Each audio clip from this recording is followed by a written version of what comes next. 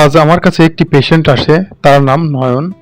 তার কমপ্লেন, বাম কান দিয়ে রক্ত পড়ে।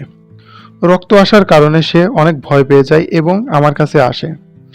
তাকে জিজ্ঞেস করলাম, রক্ত পড়া বাদে আর কি কোনো সমস্যা আছে তোমার? সে বলে, আমার কানের ভেতরে চুলকায়। তারপর দুইটা কান পর্যবেক্ষণ করি আমি।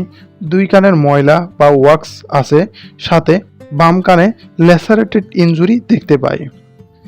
ল্যাসারেটেড ইনজুরিটি ছিল এক্সটার্নাল অডিটরি ক্যানালে। ইনজুরি থাকার কারণে কান দিয়ে রক্ত আসে। তার সাথে অনেকক্ষণ কথা বলে বুঝতে পারলাম যে সে কান চুলকায় প্রতিনিয়ত কাঠি দিয়ে। কাঠি দিয়ে চুলকানোর জন্য কানে ল্যাসারেটেড ইনজুরি হয়। এই জন্য আমি সবাইকে বলি, কানে কোনো প্রবলেম হলে অবশ্যই নাক কান গলার ডাক্তারদের দেখাবেন, কারণ নয়নের মতো আপনাদেরও এই অবস্থা হতে পারে।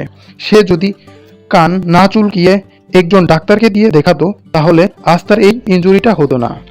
এবং কান দেখার পরে নাক, মুখ, গলা সম্পূর্ণ দেখলাম। নাকের ভিতরে যেটা দেখতে পেলাম সেপ্টাল ডেভিয়েশন বা নাকের হাড় ব্যাকা।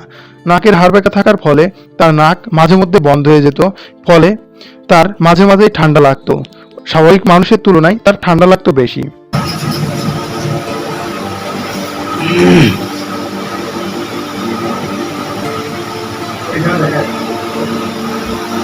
এখানে দেখতে পাচ্ছেন যে কানের ভিতরে দেখুন প্রচুর গুড়ি গুড়ি গুড়ি গুড়ি ময়লা রয়েছে, সাথে কান খোঁচানোর কারণে ঠিক এই জায়গাটা হচ্ছে আপনার কান খোঁচানোর কারণে এই জায়গাটা ইনজুরি হয়েছে।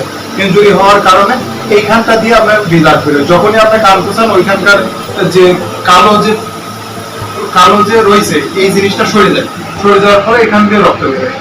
তাছাড়া আপনার কান ভালো আছে, এই যে ভিতরে কানের পর্দা দেখতে পাচ্ছেন, ওই যে সাদা সাদা যে পর্দাটা রয়েছে ওই পর্দাটা খুব ভালো আছে। পর্দাতে কোনো সমস্যা নেই। আপনার কানে মূলত সমস্যা হচ্ছে চুলকানি, তাছাড়া আর কোনো সমস্যা নেই।